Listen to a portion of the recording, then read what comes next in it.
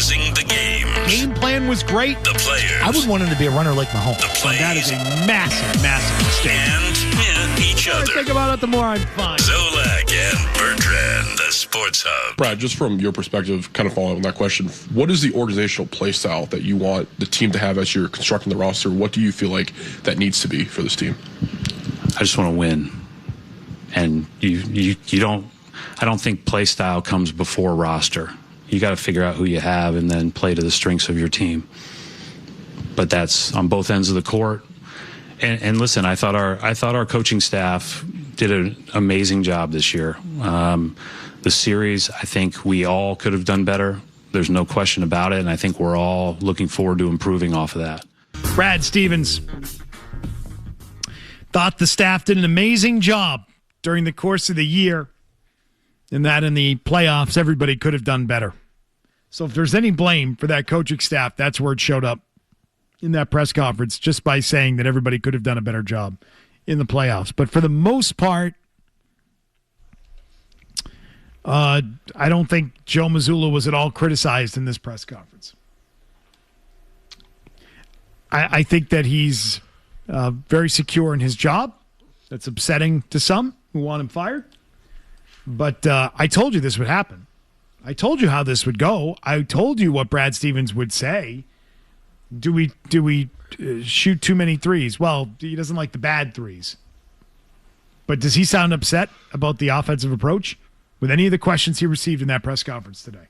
Does he sound upset with his coaching staff? Does it sound like his coaching staff is not doing what it is that organizationally they've decided they're going to do? No, they skated on this. Skated how? Just not getting a ton of criticism. Like, there's criticism. They're getting a ton. They've been hammered for 5 days now. Yeah, but I don't think it matters. Today's Wednesday. Like, after hearing your GM talk, I don't think it matters to him. I don't care if he's getting criticized. I didn't do my job either. I think you brought up a good point about, like, with Jake's question about organizational play style. Just want to win. I can't have a play style unless I get my team and see what my team is. It's like telling Mac Jones, go run the West Coast offense after you installed the Brady offense. You effed up that approach. You screwed up that style. Sometimes that can kill a player.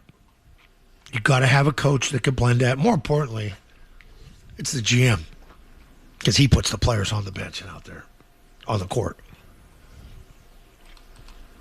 He talked about development of young guys. And are you surprised somebody made a jump? He goes, and then we're going to be surprised, oh, this guy couldn't do it. Like, he won't be here now.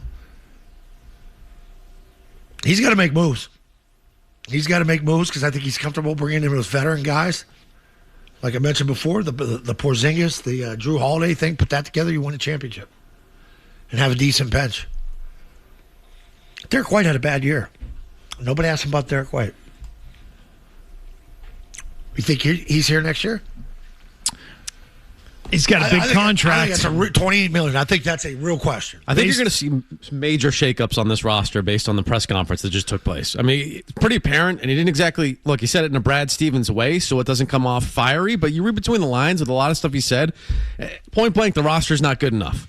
And we're not close to actually competing right now because our record against the top teams in the West and the other top two teams in the Eastern Conference during the regular season wasn't good, and half the league was tanking this year. So you know what? Our record was probably overinflated. There's going to be changes to that roster. I think that you're on the money with this. That's a guy who wants to change this team. And wants it to be, he has to. And wants it to be better. He doesn't think they're good. He didn't think this team was any good. No. We're not there. We're not there like these other fraud team, he thinks it is. He said in a very Brad Stevens way, you're right. But it feels like he's not thinking much of the season, not thinking much of Brown's season. It deminimizes Brown. Absolutely. Yeah. See, and if you're really going to trade Brown too, like, I'd be pumping his tires like you wouldn't believe. You know, if you're not a Brown guy. I also think a caller earlier made a great point that how can you sit there and say the season wasn't that tough or hard, difficult, the competition was weak, yet the coaching staff did an excellent job. I mean, I'd like more on that because maybe he means developing individual players. Maximizing the roster you had? Maybe. Like, you know, maybe because he just thinks the roster stinks. Because on the surface, you say those two things, you're like, well, how do those two things sort of add up? Right. Right. How can you square that? Wasn't that it's going to get harder? We need more. Roster's not good enough. But, oh, by the way, coach is doing a great job. Whoa. Can you have both? Maybe with a little bit more of an explanation. It's a possibility. Hey, when Maz walked in down there, do you think the whispers were like, hey, look at there, Tony's here. Tony's here from Felger and Maz. What? Who would Tony, he say? like, I don't know, like some of the people. Oh, you mean down there? Yeah. Like, I think he said yesterday in the air he was going to go down. Yeah. You always get surprised when somebody that does go down shows up, like for the big game and the wrap-up. Like, well, where are you? Remember the Pedroia thing with them? Hey, why don't you come down sometime? Pedroia said that about Felger and Maz, didn't he? Yeah. To which they said, why? Yeah. For what? Yeah. Say it to my face. Okay. Face. They think. All right. Sure. What do you need? Okay. And? Hey, B-Rob, Jake Seymour, and Maz got questions in. That was good. Scott's in Ohio on the Celtics. Hey, Scott. Hey, how you guys doing? I like your show, by the way. Thank you. I just don't understand how a guy can coach so good and then go away from what got him doing good in the playoffs. I'm trying to figure that out. And the only thing I can come up with is there's no pressure during the season because you always got the next game and everything. But the playoffs is a whole different ball game, and one would think that a strong, smart coach, or maybe you would keep going with what got you. You know, we had one of the best benches, Right. if not the best benches in the league, and then you go away from everything that you did during the season. The only thing I can come up with at the moment is the pressure. Well, Well, go ahead. not that Game 7 starting lineup. He emptied out the bench for that one. Yeah, it's a combination of things. Like, you don't go into the series thinking, like, oh, I can't coach this. Like, it's about players at that point. Joe can't coach the clutch, Gene. Players got to be clutch. We've seen Brown and Tatum be clutch. Hey, Peyton Pritchard, you hit that long shot at the end of the quarter. Hit that one at the end of the game. You just tighten up a little bit more. And the stakes mean more. Your bench shrinks. I just don't think Joe has an alternative lineup. You couldn't stop Embiid, who's now not playing tonight. Right? Oh. She certainly got after it against Boston. Sure did. That's for sure. What it is that Tracy McGrady said about Jaylen Brown and his frustrations, we'll get into that. Also, some more info on luxury tax stuff for the Celtics next year as I try to stay on top of this nonsense with this weird apron luxury tax cap thing. I've got some more on that for you that I can read coming up next. Stick around. While you're working, so are they. If you can call sitting around talking about sports work. Okay, so what are we talking about here? Zolak and Bertrand, the Sports Hub. As you assess the growth that took place throughout the roster this season, but also a first-round exit, how significant do you think the changes need to be to have a better chance at a championship next year?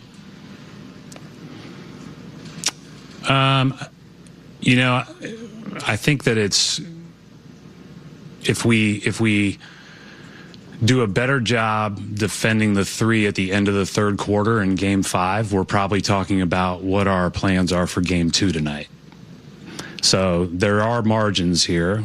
Our margin for error needs to get bigger. And at the same time, I don't think we're like way far away. But we've lived it here. You know, we've been, again, this is where the honest assessment part's got to come in, right? We've been to 6 Eastern Conference finals, a couple finals in the last few years. We've been to, we've won one. And when you get beat in the first round, you're not there. Brad Stevens today. We're not there, he says. I was talking earlier, and I said, well, they got under the tax this year. So doesn't that reset the repeater situation? No, it doesn't. I had that wrong. I need to correct that. The Celtics need to avoid the luxury tax again to reset the repeater, which would then turn them into a standard taxpayer in the 2027-28 season, which is next year. Next season. Not the season coming up that begins later this year, but really 2 seasons from now. If that makes sense. That's when Tatum will then be a few years removed from the injury, though he'd be getting older. That might give them then a new window to spend like crazy and, however that looks years down the road, to be a, real high-priced contender. Reading from Jake Seymour, put together and wrote about this during the season. He wrote, huh? All right. He wrote a lot. If the Celtics had stayed above the luxury tax line this year, they would have been labeled as a repeater tax team this season, and that would have cost them a ton of money. It tells you what the plan is, he writes, for next season. The Celtics will not pay the tax next season because they would still be labeled as a repeater tax team. Again, they only got under the second apron this offseason to set themselves up to be non-taxpayers by the end of the season. This season that just finished. I'm sorry that this is confusing as hell. If they were to be a taxpayer next season, they would be a repeat team. That is because they were taxpayers in 22, 23, 23, 24, 26, 27, and that would be 3 of the previous 4 years. Again, sorry I didn't know that rule that it applies in the 3 of the 4 years. To break all this down. So they trade Simons at the deadline. If they had kept Simons, they would have been in a position that they would have risked being a tax-paying team, and that would have been bad for them. So they did that for the money. They got under the tax. They saved money. That's why they made that move. That's why they made that trade. Yeah. Beyond that, did you know that because they are one of the 23 teams in the league that did not pay the tax this year, that they get a cut of the pool of money that is paid by the tax-paying teams? Throw a party. $208.47 million is what the tax payments added up to, which means the Celtics are getting a check for $4.53 million from the NBA. Wow. For not being in the tax. How about that? Like that. I'd like to get that check. $4.5 million bucks. The league's getting the Celtics, the poverty franchise that is the Celtics, the small little startup team. They're getting a payment from the league. They're getting a rebate. Did you get a tax rebate this year? No. Oh. No. In the red? You owe them the money? Yeah. Oh, yeah. Check number 2 just cashed today. There you go. That's a fun time. So, the Celtics got a tax rebate. They filed their taxes, and the league said, we owe you money back. You know? Yeah. So if they do break them up, I don't think, because of the 6-7 year window that they only won 1 championship with. Remember when Shaq and Kobe broke up? Yep. Like they won 3 together, right? Yes, they won 3. Then they kind of stunk for not stunk, but weren't a real contender as good as Kobe was for 5 years. Until they got Gasol. Then you start winning again. Yep. We make fun of LeBron James for not clinching or for not carrying it through in one place, but the guy won in 3 different teams, right? It goes to show how hard it is to win this damn thing. As good as LeBron is, he's not like Kobe. He's not like Jordan. It's hard to win in this league. And maybe those guys don't get enough credit for it. Like the LeBron. So you know what I think of LeBron. But I think this is heading to a split. I do. I think it feels that way. More so than ever before. Definitely. Now, to get to what Tracy McGrady was saying, if we could fire that up, T-Bone. Tracy McGrady's podcast with Vince Carter. Tracy McGrady, if we could just get to the part about the Celtics and the frustration in this podcast. And again, this is a tight relationship that Jaylen Brown has with Tracy McGrady that's well documented. It's been covered over the years. Jaylen Brown, even once upon a time, had to be talked out of requesting a trade from the Celtics by Tracy McGrady, who told him as a young player, don't do that. That's a bad idea. Don't go down that road. Here it is from last night. What they just went through. So, to me, it really doesn't matter. It's just part of, the society we're living in now, and the liberty these guys have to be able to voice their opinions on, their games and what they just witnessed. So I think, his frustration lies deeply within the organization and other things that, of course. Of course. He says, of course. And that clip goes on. I don't know if we grab we don't really I have that. details. No bleep. No bleep. There's just been a lot of stuff, that I've been hearing just going on with the Boston organization, with JB. So I think part of him is like, I showed you guys more of who I am as a basketball player, not only just, what I did on the basketball court, but the leadership that I displayed within, this team. And you've seen that, not having our, best player in JT. You've seen a different side of me and what I'm able to bring to the game of basketball. So all that stuff, I think just came into play with him and his frustration. It's a credit thing. Because what would you like them to do? What is it you want them to do with that? Showed leadership. You played well. You stepped up in a big way this year in the absence of Jason Tatum. What's the team supposed to do with that? Say thanks? Listen to what the GM said. Say good job? What do you need? He wants credit. He wants his ass kissed. Where's the frustration? And I'll tell you what it is. They still view Jason Tatum as the guy. That must piss him off. Isn't that it, though? He comes back, and all of a sudden, when the postseason starts, things are running through Tatum and not through Jaylen Brown anymore. Oh, yeah. Get Giannis in here, too, and you keep him. Now, all of a sudden, Brown becomes 3. I think that creates more problems. And I just think, now that this has happened, this season happened, I feel as if, okay, you're at a point of no return now. You can't go back to the way that it was before, can you? Is that what it is? Is that how that happens? Wasn't that kind of the fear coming into this season, though, too, a little bit? If Jaylen Brown shows you that he could be a number one and can lead you to a bunch of wins, and then all of a sudden he wants his own team? Now, unfortunately, a lot of those wins led to a first round getting bounced, but that's the way that he clearly feels. Now that I think about it, Brad could have answered that question differently to really defend Brown and say it's poppycock. Talk to Jalen all the time. He knows what we mean, what he means to this team. Instead of, hey, my door's always open if you want to talk. He didn't really go over the top and say, boy, what a year he had. He said, yeah, we're not there as a team. That guy led your team. And he's going to lead himself right out of town. Where, though? You're not going to ship him to somebody good, are you? The deal's right. Got to do it.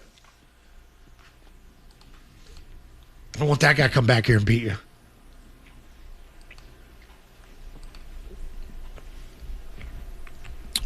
Six 617-779-0985. Let's grab headlines with Tim McComb. We'll grab your calls next. Zolak and Bertrand. Zolak and who? On the Sports Hub. 617-779-0985. Should you feel encouraged by Brad? Should you feel encouraged by Brad Stevens' press conference today, or discouraged by the press conference? Discouraged. It's the beginning of the end of the Jays.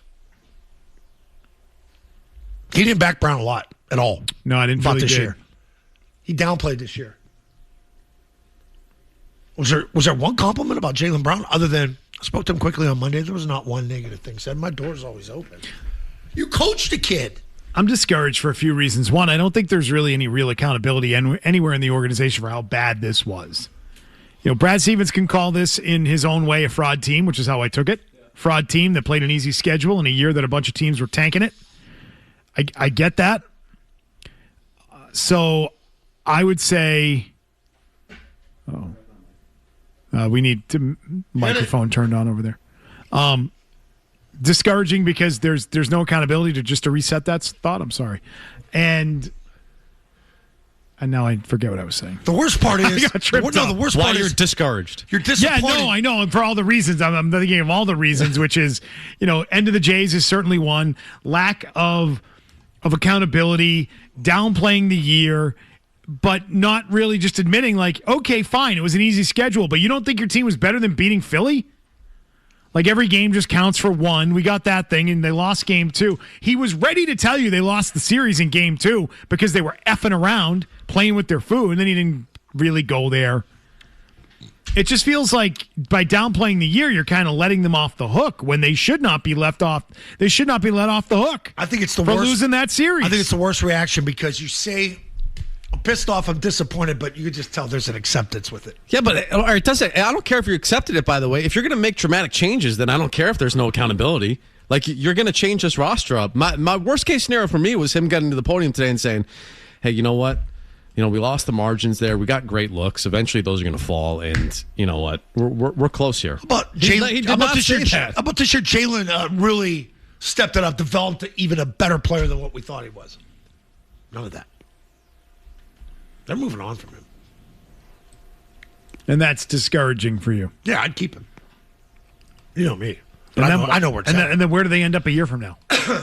Having the same press conference. You're like, I know that their talent, their combined talent, is not going to exist together on this team. They're not going to get the same grouping and the amount of talent they have in those two players. But for the first time, I think to myself, it doesn't matter. You can have the best grouping and the best talent, and I'm not sure it's going to function even with a new coach, even with a new surrounding cast, even with, I don't know, new uniforms, whatever it is that's new. I don't think you can fix no more new uniforms. The fundamental issue that's going to exist with these two players not neatly coexisting, even if it's not personal, even if there's no personal dislike of each other. It's just like these pieces don't fit. They both want to be the guy. And I don't blame anybody for feeling that way, but the guy is established and his name is Jason Tatum. It's almost like those years when Jeter and A-Rod had to play together. There was a respect there. There wasn't a partnership there. They went out because they were professional and they did their work. They ain't best friends. It's kind of like this. And you don't have to be. You don't have to be best friends. Something's up.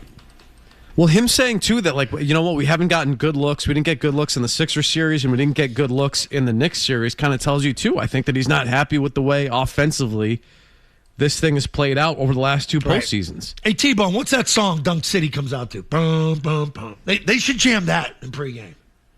DJ Boy should do that. Get some more dunks.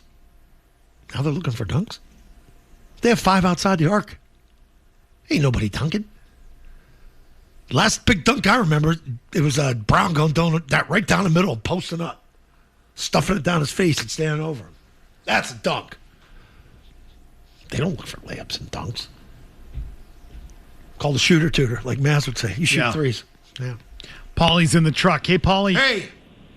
Hey, I'm not keen on moving Mazzulla. He's not the guy in there missing open shots. Guys like Derek White and a few other guys there. Mazzulla doesn't even shoot. Jaylen Brown towards the end, they went ice cold. That's not the coach's fault. They had plenty of open looks. They just couldn't hit the buckets, But I don't trade Jaylen Brown and say separate these two guys. You need to add a big guy. That's all they really need, and everybody's happy. I'm not trading Brown for Giannis. No way. Giannis has been in and out of the lineup like Bregman, for crying out loud. You got to be in the line. Jaylen Brown is durable. He's a leader. He's tough. You need both of them. He's tougher than Tatum. You need both of those guys. Well, I mean, I wish you had better evidence to support keeping them together. I mean, none of us do anymore. 3 of the last 4 years, they've come up short. 3 of the last 4 years, they've lost to inferior teams as the favorite. And the year that they did win a title, they had a schedule that, in context now, looks like a big part of the reason why they did win it. We typically say no one remembers how you get there and win it, but right now we're remembering how they got there and won it because, in context, it doesn't look great.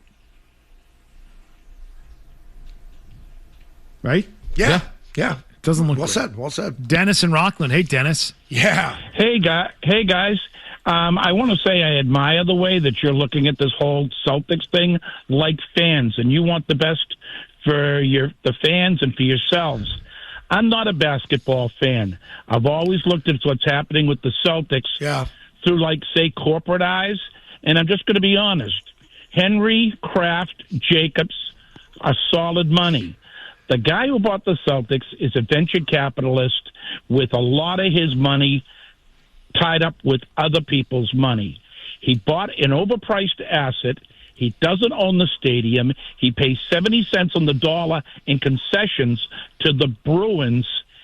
And you know this, Beetle. So do you. So you grew up here. Do you know what it's like to build an arena in this town? Impossible. Love Billy Bulger or hate Billy Bulger, he charged Jacobs for the air over the garden. Hey, Dennis. So this is... Yes, sir. Do you like dragons? You know something? I got a couple of on my face right now the size of ostrich eggs, though. There you go. He wasn't going to get tripped up by that. You. Dennis is too sharp for that. Ostrich eggs. You ever eaten ostrich egg? I have not. No. Scott, I've never done I that. saw Gordon Ramsay cook one the other day. I was like, it's a big egg. What'd you think? Very yolky. I don't think he cooked it enough. I do like my eggs runny, though. With a little hot sauce on it. Mushrooms, tomato. It was the runny egg that caused your QC Kinetics mishap, wasn't it? Yeah. It was the cigarette you put out in the egg. Yeah. TD Garden celebrated 30 years. Yeah. This past fall, 30 years of existence. I think it took 30 years of conversations to get that building built. Not kidding. I think it was like 3 decades of kicking around the idea. I don't think it would take that long this time. I don't. Would it be difficult? Yes. Would it take a very long time? Yes. Is that going to happen at any point in the near future? Definitely not. So as far as talking about this team goes, Dennis is right. All those financial situations exist for this team. And I hope that it's not, we're moving on from Jaylen Brown and we're not really getting another player of a high caliber. No. It's not Jaylen Brown for Giannis. It's Jaylen Brown for payroll relief. You know, like something along those lines. Yeah. Where you start trading him for other contracts that you can quickly move off your books. Future picks and yeah, expiring deals that you can then move again. And no, thank you. No, thank you. Vin is in Lynn. Vinny. What's going on, fellas? What's up? Hey, it's time to move on from JB. This guy is out of control. You need to move him for Giannis. That's the move. The Giannis trade is essentially going to give you three or so seasons of legit contention with this team. You don't need to do much more than that other than add Giannis. You have wings that can kind of play spots, and you know they want to use Hugo a lot, Jordan Walsh, all these guys that come off the bench to help on that wing spot. But Tatum and Giannis, that's the crew. Okay. I think there will be more said about that in the coming weeks. We heard Brian Windhorst basically saying that on ESPN this morning. So it's all part of it. Joe is in the car today. He's upset with me. Hi, Joe.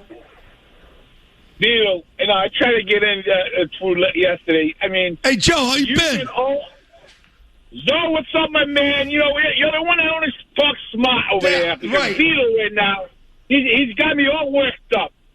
I've been a big Jaylen Brown supporter since day one. All right, Beetle. Okay. You bring the one game that your boy Jason Tatum showed up against the Knicks with 51 points.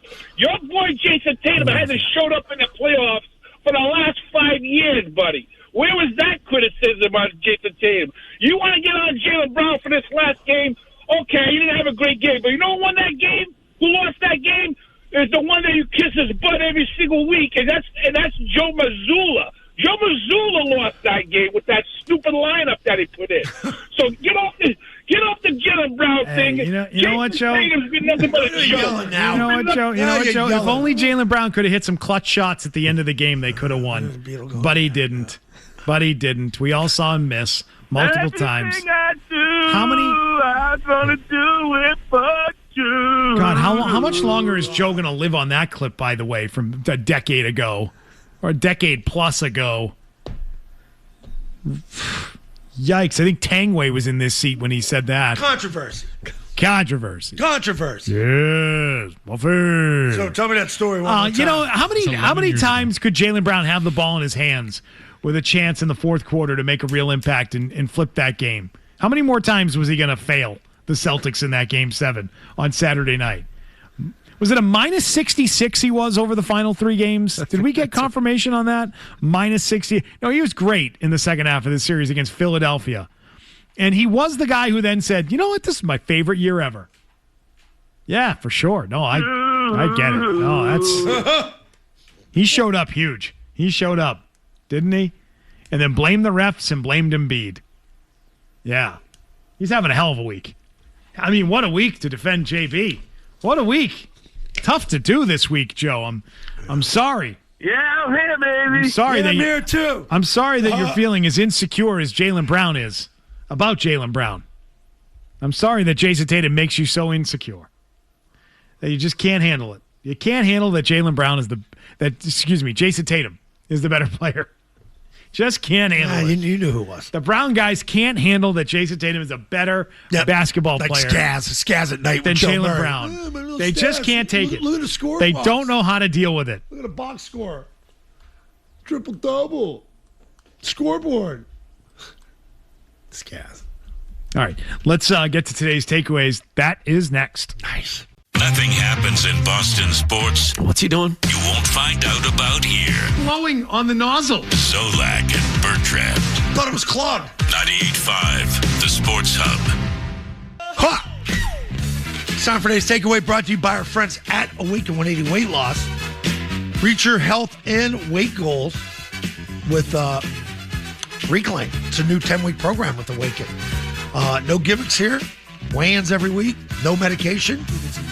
And you're going to get the results. Do it for the 4th, man. Get your body in shape so you can suck down some of those hot dogs that Diggs gets. Cooked to him by the chef. Dry. Dehydrated hot dogs. I saw a video on TikTok. Delicacy. I'd never heard of that. Calories in all those toppings, I saw a video on TikTok. You take a hot dog bun, dip it in water, then put the hot dog in, have a wet paper towel, roll it up, and put it in 2 minutes. It's supposed to be great in the microwave. Doesn't seem like that would work. Think again. Your TikTok brain rot is a problem. Why would you soak the hot dog bun? Never mind. Let's get to today's takeaways. What do we got today? What do we got? What do you think we got? Oh, Dragon. Cryptoids. One of the best calls ever to the sports. Or Hub. Imagine Dragons. Yes.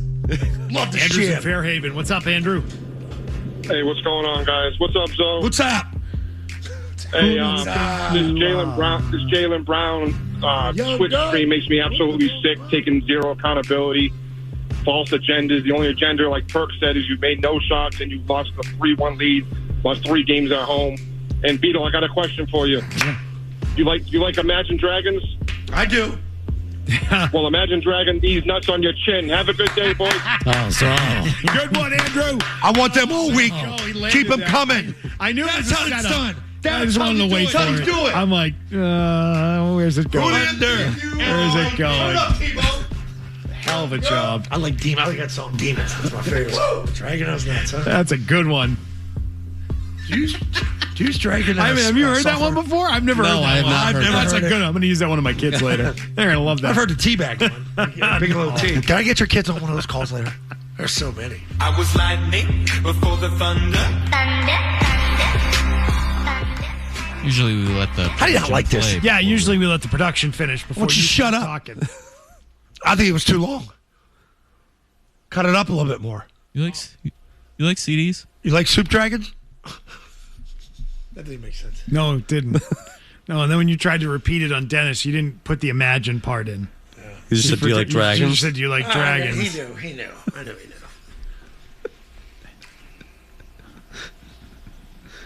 What's up, You man? like Thunder? Little reporting today, huh?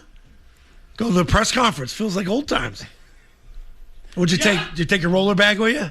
No. Get your computer out? No. No?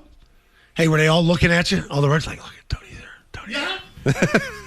What a bunch of you-know-whats. Tool bag. Tool bags. Felger Maserati are coming your way Good next job, Maz. on the Sports Hub this afternoon, Now 2 you to can rip 6. 'em. Now you can rip 'em. Lock in. Maz will have plenty to say about that press conference. It was a good one. Much better than anything you'd get out of the Red Sox. I'll give Brad Stevens that. Felger Maz on the way next. Have a great afternoon. Sounds good. Bye.